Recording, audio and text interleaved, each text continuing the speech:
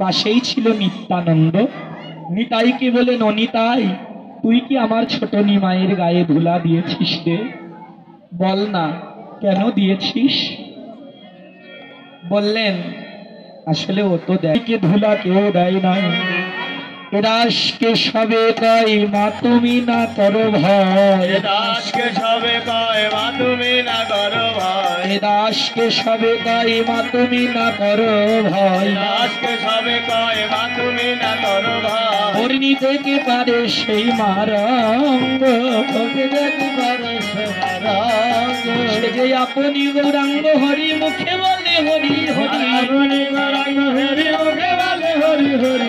ধুলায়ে ধূসর করুরঙ্গ, ধূসর করুরঙ্গ, আপনি মেখেছে, আপনি মেখেছে, এই ধুলা আপনি মেখেছে, আপনি মেখেছে, সুরধ্বনি গঙ্গার কুলে আপনি মেখেছে, সুরধ্বনি গঙ্গার কুলে আপনি মেখেছে।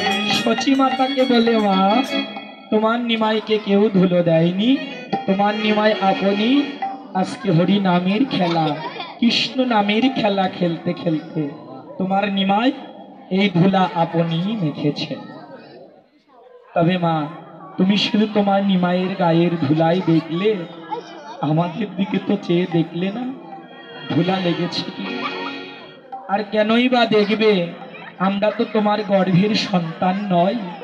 যদি তোমার গর্ভের সন্তান হতাম তাহলে আমাদের গায়ের ধুলা তোমার চোখে পড়তো। নিমাইকে তুমি গর্ভে ধারণ করেছ, তাই নিমাইয়ের ধুলা তোমার চোখে পড়েছে। আমরা তোমার গর্ভের সন্তান না, তাই আমাদের ধুলা তোমার চোখে পড়ে নাই। তবে মা গো, তোমার গর্ভের সন্তান নাই বা হলাম, তোমার মায়ের সন্তান তো আমরাও।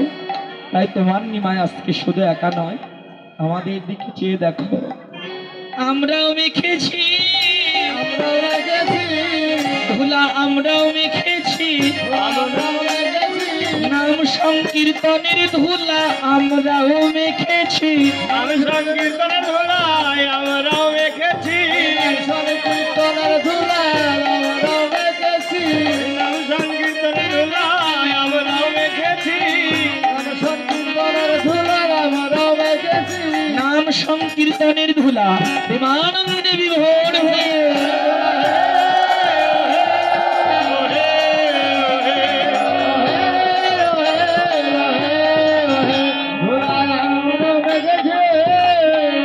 সচিমাতা দেখলেন আসলে এই কথাটা মিথ্যা নয়। শুধু নিমাইয়ের একা নয়, ওদের সবার গায়ে এই ধুলা লেগে আছে। অনিতাই, তুই আমায় ক্ষমা করে দে। আসলে আমি আমার ছোট নিমাইয়ের গায়ের ধুলা সইতে না পেয়ে তোকে অনেক নিষ্ঠুর কথা বলেছি, তুই আমায় ক্ষমা করে দে। নিত্যানন্দ বলেন, ছি ছি, তুমি আমাদের মা, মা কখনো সন্তানের কাছে ক্ষমা চাইতে আছে বলো? মা যদি সন্তানের কাছে ক্ষমা চাই, সন্তানের অকল্যাণ হয়, অমঙ্গল হয়। তুমি কি চাইছো আমাদের অকল্যাণ? না রে বাপ, আমি কোনোদিন কোনো কালেও তোদের অমঙ্গল, অকল্যাণ, অশুভ বাঞ্ছা করি না। তোরা আজীবন কল্যাণময়ের কল্যাণে সুখে শান্তিতে থাকবি, এটাই আমি চাই। তবে অনেকক্ষণ ধরে এসেছিস, আর কোনো কথা নয়, চল এবার তোদের দুজনকে আমি আপন ঘরে নিয়ে গিয়ে মুখ আদি হস্তপদ ধৌতলন করে দেব, মুছে দেব, সুগন্ধি চন্দনে সাজাইয়ে সোনার পালঙ্কে বসিয়ে আরতি অন্তে ছানা মাখন সেবা দেব। এই বলে মা সচী মাতা নিমাই নিতাইকে আপন মন্দিরে নিয়ে গিয়ে মুখ আদি হস্তপদ ধৌতলন করে মুছে সুগন্ধি চন্দনে সাজিয়ে সোনার পালঙ্কে বসায়ে আরতি করছে, ছানা মাখন সেবা দিচ্ছে। আর অদূরে দাঁড়িয়ে বৈষ্ণব কবি কেশব দাস, অর্থাৎ এই পথটা যে লিখেছেন, দেখবেন আজকে প্রত্যেকটা পালা গাইতে গেলে ওই পালার বৈষ্ণব কবিদের নাম কিন্তু বলতে হবে। যেমন এই উত্তরাগষ্ঠের এই পালাটার গৌরচন্দ্র, এটা হলো গৌরচন্দ্রিকা করলাম, বৃন্দাবন একটু পরে করব। তাহলে গৌরচন্দ্রটা লিখেছেন কে? কেশব বাবাজি, কেশব দাস। তাহলে প্রত্যেকটা পালাই ভাবনা করে বৈষ্ণব কবিগণ লিপিবদ্ধ করেছে। তার নাম না করলে কি হয়? অপরাধ হয়। কারণ কীর্তনের আসরে বৈষ্ণব কবিগণ থাকেন, যে কখন কীর্তনীয় আমার নামটা বলবে। তাই কেশব দাস এক প্রান্তে দাঁড়িয়ে দাঁড়িয়ে ওই নিতাই এবং গৌরের রাঙ্গাচরণ ভজনা করছে। আর বলে কবে বা হবে রে,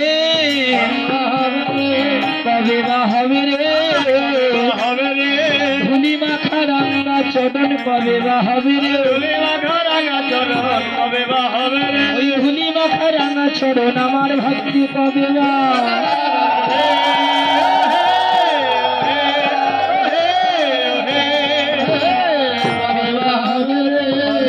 হবে রে। হরি গৌরাঙ্গ হরি মুখে বলে হরি হরি ধুলাই দুঃসর তরু অঙ্গ, হরি গৌরাঙ্গ হরি মুখে বলে হরি হরি ধুলাই দুঃসর তরু অঙ্গ। ধুলাই ধূসর করু অঙ্গ,